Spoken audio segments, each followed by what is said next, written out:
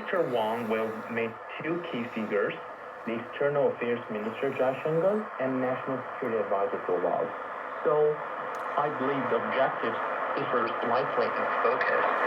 With Minister Zhao Shengang, the agenda will likely emphasize practical cooperation, such as resuming direct flights, reopening border trade posts, expanding people-to-people exchanges, and restoring business connectivity.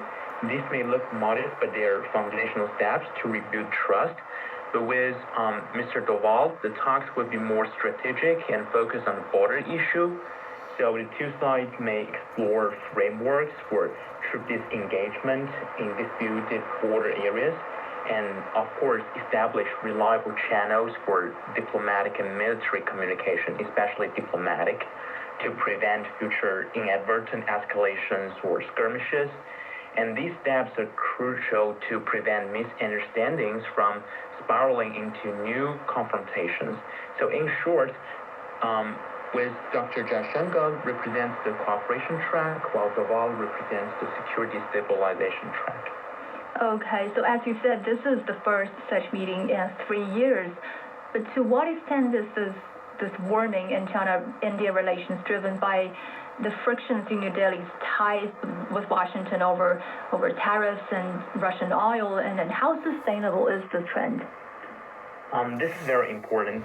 So let's look from the Indian perspective. There is certainly a geopolitical dimension here. So India has made two notable moves recently, if we read the news. The first is National Security Advisor Doval's visit to Moscow just roughly 10 days ago to deepen trade and security ties with Russia, and during which it was agreed that President Putin will visit India later this year.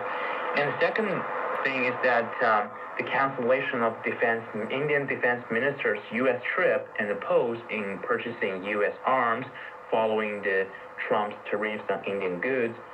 So if we look them together, these developments suggest that India is recalibrating. On the one hand, the U.S.-India relations have run into some turbulence.